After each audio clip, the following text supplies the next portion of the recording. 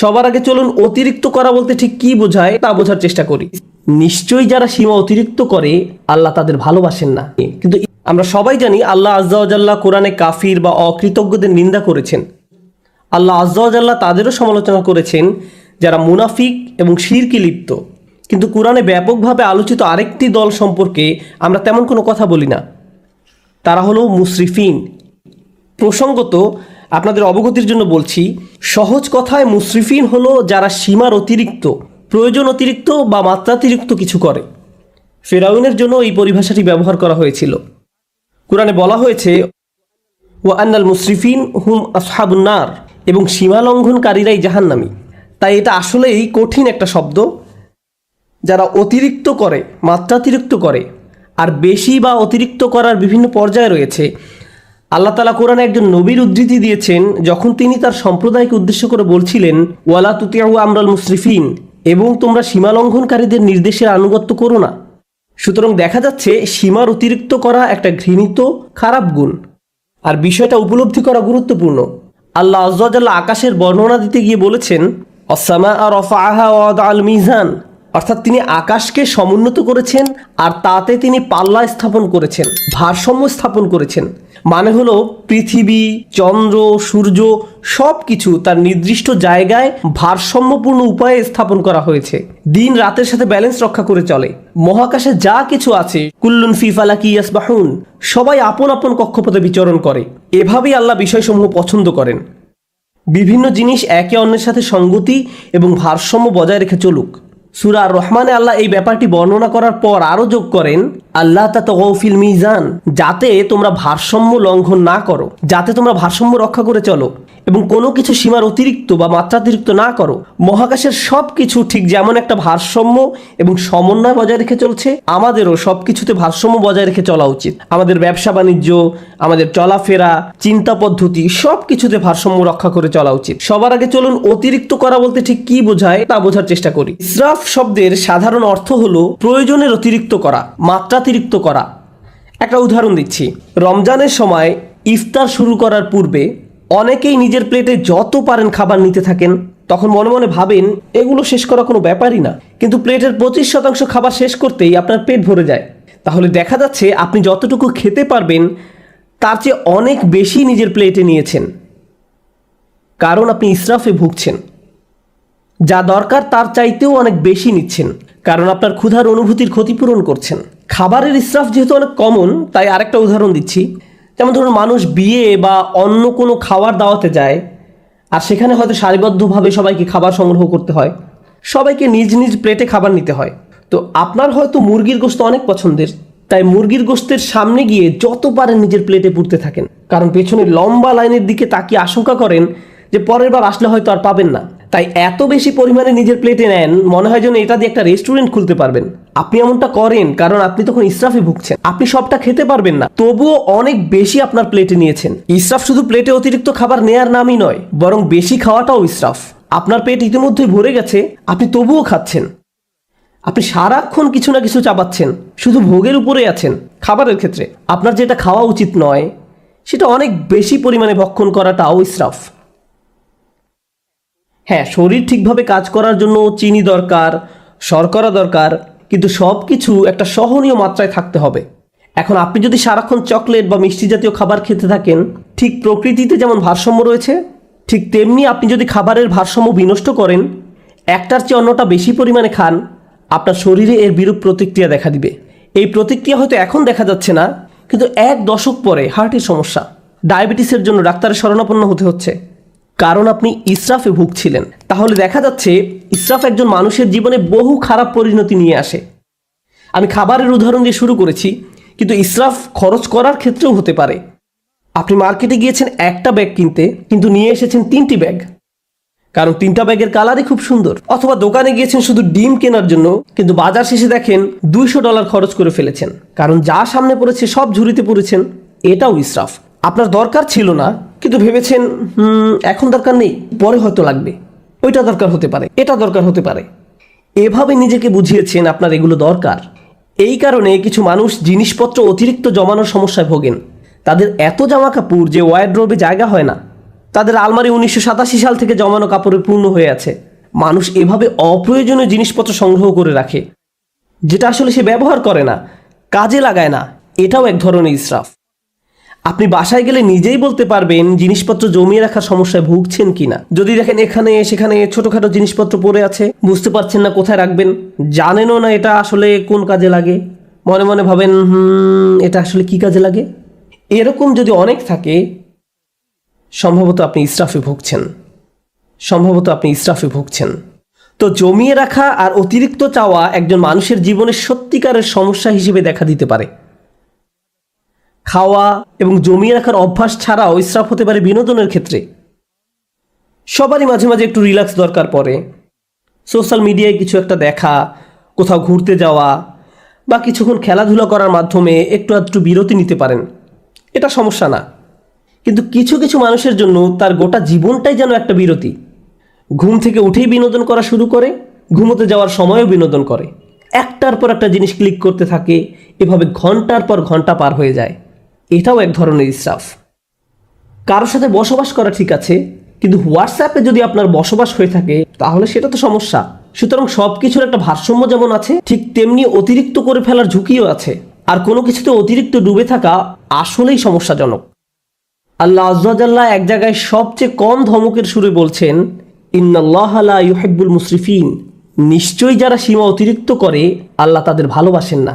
কিন্তু ইসরাফ বিষয়ক যে আয়াতটি আমি আপনাদের সাথে শেয়ার করতে চাই, সূরা ইউনুসের আয়াত, আমি খুতবার শুরুতে আয়াতটি তেলাওয়াত করেছিলাম। বক্তব্য চলাকালে অন্যান্য ইসরাফ সম্পর্কেও আলোকপাত করব ইনশাআল্লাহ। এখানে যে ব্যাপারটি তিনি তুলে ধরেছেন তা কোরআনের আরও কিছু জায়গাতেও আলোচনা করা হয়েছে।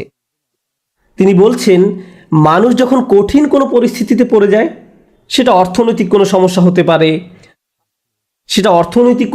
হতে পারে, স্বাস্থ্যগত কোনো সমস্যা হতে পারে, পারিবারিক কোনো সমস্যা হতে পারে, ধর্মীয় সংকট হতে পারে, যে কোনো ধরনের সংকটই হোক না কেন, যা মানুষের উপর পতিত হয়, দাআনা লিজানবিহি আও কাঈদান আও কাঈমান, তখন সে আল্লাহকে ডাকতে থাকে, ইয়া আল্লাহ, আমাকে এই পরিস্থিতি থেকে বাঁচিয়ে দিন, একমাত্র আপনিই আমাকে এখন বাঁচাতে পারেন, আমি সব উপায়ে চেষ্টা করেছি, আমাকে সাহায্য করার কেউ নেই একমাত্র আপনি ছাড়া। যে ব্যক্তি দাঁড়িয়ে বসে শয়নে আল্লাহকে ডাকতে থাকে, ইয়া আল্লাহ, আমার এই সমস্যাটা দূর করে দিন, আমাকে সাহায্য করুন, আমাকে সাহায্য করুন, আমাকে সাহায্য করুন, তখন সে বেপরোয়া হয়ে আল্লাহকে ডাকতে থাকে। ফালাম্মা কাশাফনা আনহু দুররাহ, তারপর যখন আমি তার সেই কষ্ট দূর করে দেই, মাররান কাআল্লাম ইয়াদউনা, তখন সে এমনভাবে চলতে থাকে মনে হয় যেন তাকে কোনো দুঃখ কষ্ট স্পর্শ করার কারণে সে আমাকে ডাকেইনি। তাহলে দেখা যাচ্ছে যখন আপনি কোনো সমস্যায় পতিত হন তখন বেপরোয়া হয়ে আল্লাহকে ডাকতে থাকেন, কিন্তু আল্লাহ তাআলা যখন সমস্যাটি সমাধান করে দেন তখন পূর্বাবস্থায় ফিরে যান। তখন আমরা এমন আচরণ করি মনে হয় যেন আমরা আল্লাহর নিকট কোনো প্রার্থনা করিনি, আমাদের চোখ থেকে অশ্রু নির্গত হয়নি, কিন্তু আমরা ঠিকই তখন কেঁদেছিলাম। আর এখন আমাদের কষ্ট দূর করে দেওয়ার পর আমরা আল্লাহকে ভুলে গিয়েছি, নিজের মতো করে জীবনে চলা শুরু করেছি। আপনাদের মনে প্রশ্ন আসতে পারে যে এর সাথে তাহলে ইসরাফের সম্পর্ক কি? মনে হচ্ছে এর সাথে ইসরাফের কোনো সম্পর্ক নেই, কিন্তু আল্লাহ যেভাবে এই আয়াতের সমাপ্তি টেনেছেন তার সাথে এর সম্পর্ক রয়েছে। কাযালিকা যুয়্যিনা লিল মুসরিফিনা মা কানু ইয়ামালুন, এভাবেই যারা সীমার অতিরিক্ত করে তাদের জন্য তাদের কাজকর্মগুলোকে চাকচিক্যময় বানিয়ে দেওয়া হয়েছে।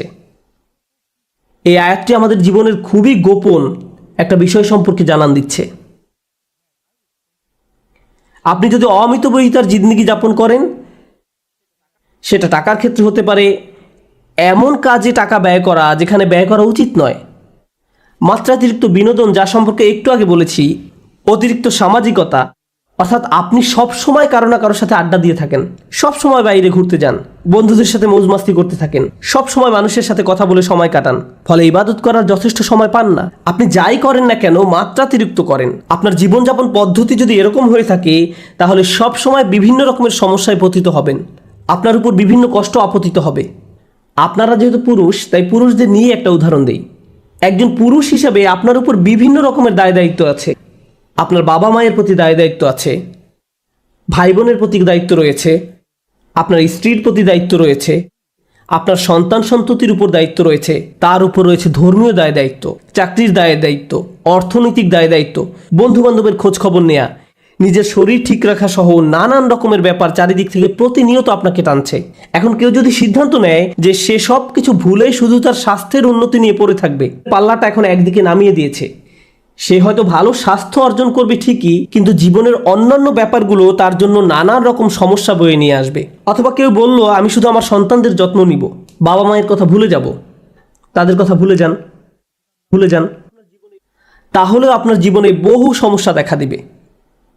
তাই আমরা যদি একটা ব্যাপারের কুরবানি দিয়ে অন্য ব্যাপারগুলো নিয়ে পড়ে থাকি, সব সময় কিছু না কিছু থাকবে যা আপনার মনোযোগের দাবি জানাবে, যার ভারসাম্য রক্ষা করা প্রয়োজন। প্রতিবার যখন আমরা একটা কিছু অতিরিক্ত পরিমাণে করি, এর মাধ্যমে আমরা আসলে অন্য আরেকটা ব্যাপারকে অগ্রাহ্য করি, বঞ্চিত করি, কিছু একটার অধিকার আমরা অস্বীকার করি। ফলশ্রুতিতে আমাদের জীবন পথে নানান রকম সমস্যা এসে জড়ো হয়। তারপর আমরা আমাদের সমস্যা দূর করে দেওয়ার জন্য আল্লাহর কাছে দোয়া করি। আমরা যখন কোনো কষ্টকর সময় পতিত হই, তখন একটি বিষয় আমরা পরীক্ষা করে দেখতে পারি, কোথায় আমি অতিরিক্ত কিছু করেছি, কোন কাজে আমি বেশি আচ্ছন্ন হয়ে পড়েছিলাম, কোন ব্যাপারটা আমি উপেক্ষা করেছি, আর কোন ব্যাপারটায় আমি অতিরিক্ত মনোযোগ দিয়েছি। আমি কি কোনো কিছুতে বেশি করে ফেলেছি? এজন্যই কি আমি সমস্যায় পড়েছি? যে ভারসাম্য থাকার কথা ছিল সেটা হারিয়ে ফেলার কারণেই কি এমনটা হয়েছে? অতএব এটা আসলে আমাদের ধর্মের অন্যতম একটা মূলনীতি, খুবই শক্তিশালী একটা মূলনীতি। আরেকটা উদাহরণ দিচ্ছি, নিজে নিজে চিন্তা করে দেখুন। আবেগের ক্ষেত্রে অতিরিক্তের সম্ভাবনা রয়েছে। যেমন রাগ হওয়া সাধারণ ব্যাপার, কেউ আপনাকে খারাপ কিছু বললে আপনার রাগ হবে, এটা স্বাভাবিক একটা প্রতিক্রিয়া। এক্ষেত্রে অতিরিক্ত হবে যদি আপনি দিনরাত 24 ঘন্টা মনের মাঝে সেই ক্রোধ পুষে রাখেন, সারাক্ষণ এটা নিয়ে ক্রোধান্বিত থাকেন। একটি পীড়াদায়ক কথা আপনাকে বলা হয়েছিল, আর আপনি কিনা সেই একটি কথা নিয়ে পড়ে রয়েছেন। আপনার চিন্তাভাবনার সব কিছুতেই এটাকে প্রভাব বিস্তার করতে দিয়েছেন। এর ফলে সব কিছুতে আপনার দৃষ্টিভঙ্গি পরিবর্তিত হয়ে গিয়েছে। কোনো কিছুই আপনাকে আর সুখী করে না, ভালো লাগে না। যেসব ব্যাপার আপনাকে কখনোই রাগান্বিত করতো না, সে ব্যাপারগুলো নিয়েও আপনি রেগে যান, সব কিছুতেই আপনি বিরক্তি প্রকাশ করেন। এমনটি যখন ঘটে, তখন আপনার আশেপাশের প্রিয়জনরা এর ফলে কষ্ট পায়। সুতরাং ধারাবাহিক একটা প্রতিক্রিয়া শুরু হয় এবং আপনি নিজেই একটা কষ্টে পতিত হন। কারণ একটা অনুভূতির ক্ষেত্রে আপনি ইসরাফ করেছেন, অনেক দূরে চলে গিয়েছেন। অন্য অনুভূতির ক্ষেত্রেও একই ব্যাপার ঘটেছে। যেমন মজা করা, কৌতুক করা বা মজা করা স্বাভাবিক আচরণ, কিন্তু আপনি যদি সারাক্ষণ হাসি ঠাট্টা করতে থাকেন, শেষে হয়তো কাউকে মনে কষ্ট দিয়ে বসবেন, কোনো কিছুতেই সিরিয়াস হতে পারবেন না। গুরুত্বপূর্ণ কিছু বলা হলো আর আপনি কিনা এটা নিয়ে মশকরা করতে থাকবেন। এর ফলে আপনি অন্য মানুষদের অনুভূতি উপলব্ধি করতে পারছেন না, তাদের প্রয়োজনটা আপনি বুঝতে পারছেন না। তাহলে ইসরাফ একজন মানুষের জীবনে বহু সমস্যা তৈরি করে। ইসরাফ নিয়ে আমার প্রিয় একটা দোয়া, যেটা সূরা আল ইমরানে এসেছে। আমি বহু কারণে এই দোয়াটি পছন্দ করি। তার একটি কারণ হলো, আল্লাহ আযজা ওয়া জাল্লা এমন কিছু মানুষের প্রশংসা করেছেন যারা রাসূলুল্লাহ সাল্লাল্লাহু আলাইহি সাল্লামের আগমনের বহু শতাব্দী পূর্বে তাদের নিজেদের নবীর সাথে নিয়ে আল্লাহ রাস্তায় যুদ্ধ করত। সেই মানুষদের নিজেদের নবী ছিল এবং তাদেরকে আল্লাহ রাস্তায় জীবন বিলাতে আহ্বান জানানো হতো। যুদ্ধে যাওয়ার পূর্বে তারা এই দোয়াটি করত, وما كان قولهم إلا أن قالوا রব্বানা ইগফির লানা যুনুবানা ওয়া ইসরাফানা ফি আমরিনা ওয়া সাব্বিত আকদামানা ওয়ানসুরনা আলাল কওমিল কাফিরিন। চারটা বিষয় চেয়ে তারা আল্লাহর নিকট দোয়া করত হাজার হাজার বছর পূর্বে। আল্লাহ দেখলেন এই দোয়াটি এতটাই কালোত্তীর্ণ এবং মূল্যবান যে তিনি দোয়াটিকে কোরআনের অংশ করে দিলেন। প্রথমত আল্লাহ রাস্তায় যুদ্ধ করা এই মানুষগুলো বলতো, হে আল্লাহ, আমাদের পাপগুলো ক্ষমা করে দিন। রব্বানা ইগফির লানা যুনুবানা, রব্বানা ইগফির লানা যুনুবানা, আমাদের ভুলগুলো, আমাদের লজ্জাজনক কাজগুলো ঢেকে দিন। দ্বিতীয়ত ওয়া ইসরাফানা ফি আমরিনা, এবং বিভিন্ন কাজে কর্মে আমাদের যে বাড়াবাড়িগুলো রয়েছে তাও ঢেকে দিন। জীবনের বিভিন্ন ক্ষেত্রে প্রতিটি সিদ্ধান্ত নেওয়ার সময় যে বাড়াবাড়িগুলো করেছি, সীমার অতিরিক্ত যা কিছু করেছি, সেগুলো মাফ করে দিন। তাহলে তারা তাদের পাপগুলোকে একটা সমস্যা হিসেবে দেখলেন এবং কাজে বাড়াবাড়িগুলোকে আরেকটা সমস্যা হিসেবে দেখলেন। জানেন, দিন পালন করার ক্ষেত্রে অতিরিক্ত করার সমস্যা দেখা দিতে পারে। কোরআন আমাদেরকে বলছে, লা তাগলু ফি দীনিকুম, তোমরা দিনের ব্যাপারে বাড়াবাড়ি করো না। দিন পালনের ক্ষেত্রে কিভাবে বাড়াবাড়ি হয়? যেমন একজন বলল, আমি কোরআন শিখতে চাই। আমি বললাম, চমৎকার, খুবই খুশি যে তুমি কোরআন শিখতে চাইছো। সে বলল, না, আমি দিনরাত 24 ঘন্টা কোরআন পড়তে চাই। আমি বললাম, একটু থামো, তোমার ফ্যামিলি আছে, তাদের প্রতি তোমার দায়িত্ব কর্তব্য রয়েছে, তোমার চাকরি আছে, তোমাকে তোমার ছেলে মেয়েদের দেখাশোনা করতে হবে, তোমার স্বামী বা স্ত্রীর জন্য সময় ব্যয় করতে হবে। না না, আমি শুধু আল্লাহর কালাম শিখতে চাই, আল্লাহর কালাম আমার জন্য যথেষ্ট, আল্লাহ তাদের দেখাশোনা করবে। আমি বললাম, যে বইটা তুমি সারাদিন পড়ছো সেটাই তোমাকে এই দায় দায়িত্বগুলো পালন করার কথা বলছে। এভাবেও ইসরাফ ঘটে। একবার একদল বোনের সাথে আমার সাক্ষাৎ হয় যারা কোরআন অধ্যয়নে প্রচুর সময় ব্যয় করতেন। তারা দিনে হয়তো 16-17 ঘন্টা সময় ব্যয় করতেন কোরআন অধ্যয়নে। সে সময় দারুণ একটা ব্যাপার ঘটে। আমি তাদের উদ্দেশ্যে বক্তব্য দেওয়ার পূর্বে তাদের গ্রুপের একজনের মেয়ে এসে আমার সাথে দেখা করে। সে বলে, আপনি এখন এই গ্রুপের উদ্দেশ্যে বক্তব্য দিবেন? আমার আম্মুও এই দলের সদস্য, আপনি কি একটু তাদের থামতে বলবেন? আমি বললাম, কি? সে বলল, কারণ আমি আমার আম্মুকে খুব মিস করি, তার সাথে আমার খুবই কম দেখা হয়। তিনি সব সময় পড়ালেখা করেন, বাসায় থাকলেও তার কানে হেডফোন থাকে এবং বলেন, আমাকে ডিস্টার্ব করো না। তিনি কোরআনের শব্দ পড়ায়, ব্যাখ্যা পড়ায় সব সময় ব্যস্ত থাকেন। আমি আশা করছি আপনি এই ব্যাপারে তাকে কিছু বলবেন। জানেন সবচেয়ে ভয়ঙ্কর ব্যাপার কি ছিল? সে আরও বলেছিল, আমার মায়ের কারণে আমার এখন আর কোরআন পড়ার কোনো আগ্রহ নেই। তারপর আমি যখন তাদের সামনে কথা বলতে গেলাম, আমি এই মেয়েটি সম্পর্কে কিছুই বললাম না। আমি বললাম, চলুন আজকে সবাই মিলে কিছু আয়াত অধ্যয়ন করি। তারপর আমরা কয়েকটি আয়াত পড়লাম। তার মাঝে কয়েকটি আয়াত ছিল, ওয়া ইলাস সামাই কাইফা রুফিআত ওয়া ইলাল জিবালি কাইফা নুসিবাত, এবং আকাশের দিকে কি লক্ষ্য করে দেখো না কিভাবে সেটা উঁচু করা হয়েছে, আর পাহাড়ের দিকে কি দেখো না কিভাবে তা স্থাপন করা হয়েছে। তারপর আমি জিজ্ঞেস করলাম, আপনাদের কে কে এই আয়াতগুলো অধ্যয়ন করেছেন? সবাই হাত তুলল। তারপর বললাম, আপনাদের কে কে পাহাড় পর্বত দেখেছেন? আপনাদের কে কে রাতের আকাশে তারা দেখেন? এমনটা করেছেন কখনো? তারা বলল, না না, আমাদের তো কোরআন পড়তে হবে। কিন্তু সেই কোরআনই তো আপনাদেরকে এসব করতে বলছে। কিন্তু কোরআনেই আফালাম ইয়াসিরু ফিল আরদ, তারা কি জমিনে ভ্রমণ করেনি? তারা কি আল্লাহ সুন্দর সৃষ্টি দেখেনি? আপনারা এই সম্পর্কে পড়তে চান কিন্তু কাজটি করতে চান না। অথচ আল্লাহ বলছেন বাহিরের পৃথিবী দেখার জন্য। অন্য কথা, এমনকি ধর্মীয় কাজে অতিরিক্ত করার সম্ভাবনা থাকে। এটা পরিহাসের ব্যাপার যে মানুষ কোরআন পড়ছে আবার একই সময় কোরআনের নির্দেশনাকে উপেক্ষা করছে। এমনটাও ঘটতে পারে। ইসরাফ আমাদের আবেগের বেলায় ঘটতে পারে। আমি সক্রিয় আবেগ, রাগের ব্যাপারে আগে কথা বলেছিলাম। ইসরাফ কিন্তু নিষ্ক্রিয় আবেগ, যেমন চুপ থাকার ক্ষেত্রেও ঘটতে পারে। যেমন ধরুন, কেউ হয়তো আপনার প্রতি বা আপনার পরিবারের কারো প্রতি অন্যায় করেছে, তখন আপনি ভাবলেন আমার ধৈর্য ধারণ করা উচিত, চুপ থাকা উচিত। এখন আপনার এই চুপ থাকার কারণে অন্যায়কারী একটার পর একটা অন্যায় করেই যাচ্ছে। আপনি ভাবছেন আমার ধৈর্যের পরীক্ষা হচ্ছে, আমাকে আরো বেশি চুপ থাকতে হবে। আপনার এই চুপ থাকার কারণে অন্যায় করার পরিমাণ এখন আরো 10 গুণ বৃদ্ধি পেয়েছে। আপনি এখানে ইসরাফ করেছেন। আপনার চিৎকার চেঁচামেচি করার দরকার নেই, আবার ব্যাপারটা নিয়ে অজ্ঞ থাকারও কথা নয়। আপনার তো অন্তত পক্ষে সত্যটা মুখ দিয়ে বলার দরকার ছিল, কালোকে কালো বলার দরকার ছিল, যা সত্যি তা বলা উচিত ছিল। ওয়াতাওয়াসাউ বিল হক বলতে তো এটাই বোঝায় তারা একে অন্যকে সত্যের উপদেশ দেয়। বিষয়টা যেমন তাকে তেমনই বলা উচিত ছিল। যদি অন্যায় হয়ে থাকে, অন্যায় বলতে হবে, সরি মা, এটা ঠিক নয়, সরি বাবা, এটা ভুল, সরি আমার স্বামী বা স্ত্রী, তুমি ঠিক কাজ করনি। অন্যায় করলে বলতে হবে। আপনি যদি এই কাজটি না করেন, তাহলে আপনি নিজের বিরুদ্ধে ইসরাফ করলেন বা অন্য কারো বিরুদ্ধে করলেন। তাহলে দেখা যাচ্ছে স্থান, কাল, পাত্র ভেদে ইসরাফ বিভিন্নভাবে প্রকাশ পেতে পারে। আমি আপনাদের সকল ক্ষেত্রের উদাহরণ দিতে পারবো না। আপনাকে আপনার নিজের জীবনের দিকে সতর্ক দৃষ্টি ফেলতে হবে। কোথায় আমি অনেক বেশি করছি আর কোথায় আমি যথেষ্ট পরিমাণ করছি না, কোন জায়গা থেকে আমি ফোকাস কমিয়ে ফেলেছি। এমনকি ভালোবাসার ক্ষেত্রেও ইসরাফ ঘটতে পারে। আপনি কাউকে নিয়ে অতিরিক্ত মাত্রায় আচ্ছন্ন হয়ে পড়েন, অতিরিক্ত পরিমাণ ডুবে থাকেন। মা তার সন্তানের প্রতি মাত্রাতিরিক্ত আসক্ত হয়ে পড়ে। সব সময় সে তার ছেলের চিন্তায় মশগুল থাকে। কি করছে এখন, কি খেয়েছো, ভালোভাবে ঘুমিয়েছো, তুমি কি এখনো অফিসে, বাসায় আসবে কখন, বাসায় আসছো না কেন। সারাক্ষণ ছেলের চিন্তা তাকে ব্যস্ত করে রাখে। কোনো মা যদি এমনটা করে, তাহলে সে তার স্বামীর প্রতি কর্তব্য পালন করতে পারবে না। তাহলে সালাতে যেভাবে তার মনোযোগ রাখার কথা ছিল রাখতে পারবে না। তাহলে সে তার নিজের স্বাস্থ্যের যত্ন নেওয়ারও সময় পাবে না। এক্ষেত্রেও আমরা একই পরিণতি দেখতে পাচ্ছি। আপনি যখন একদিকে মাত্রাতিরিক্ত মনোযোগ দিবেন, তখন অন্য দিকগুলোর ভারসাম্য নষ্ট হবে। আর এই ভারসাম্য ঠিক রাখা সহজ ব্যাপার নয়। এজন্যই এই দোয়ার কথাগুলো আসলেই তাৎপর্যপূর্ণ। প্রথমে আমরা আল্লাহর কাছে আমাদের গুনাহ মাফের জন্য দোয়া করছি, তারপর আমরা দোয়া করছি আমাদের কাজকর্মে বাড়াবাড়িগুলো ঢেকে দেওয়ার জন্য। অন্য কথায়, যখনই আপনি কোনো কিছু মাত্রাতিরিক্ত করে ফেলছেন, নিশ্চয়ই এর ফলে অন্য কিছুর ভারসাম্য বিনষ্ট হয়ে গিয়েছে। ওয়াসাব্বিত আকদামানা, আমাদেরকে দৃঢ় পদ রাখুন, আমাদেরকে অবিচল রাখুন। সাব্বিত আকদামানা, পা সুদৃঢ় করুন। আমরা এখান থেকে কি শিখছি? ইসরাফ কি করে? ইসরাফ আপনার জীবনের ভারসাম্য নষ্ট করে ফেলে। আমরা সূরা ইউনূসের অন্য একটি আয়াত শিখেছি ইসরাফ আমাদের জীবনে নানা রকম সমস্যা নিয়ে আসে, আর এখানে আমরা শিখছি আমাদের পা দৃঢ় থাকবে না যদি আমাদের জীবনে ইসরাফ থাকে। প্রতিবার যখন কিছু আপনি মাত্রাতিরিক্ত করছেন, জীবনের অন্য কিছু তার গতিপথ হারিয়ে ফেলতে পারে।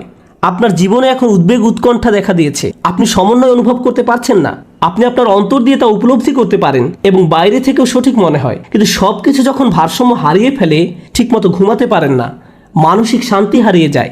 আপনার চিন্তাভাবনার দিকে নজর দিলেই বুঝতে পারবেন ইসরাফ করছেন কিনা। শুধু নিজের চিন্তার দিকে নজর দিলেই, যদি আপনার পা দৃঢ় থাকে এবং যে অবস্থায় আছেন সেখানে যদি নিজেকে নিরাপদ অনুভব করেন, এটা আসলে প্রমাণ করে যে আপনার জীবন থেকে ইসরাফ দূর হয়ে গিয়েছে।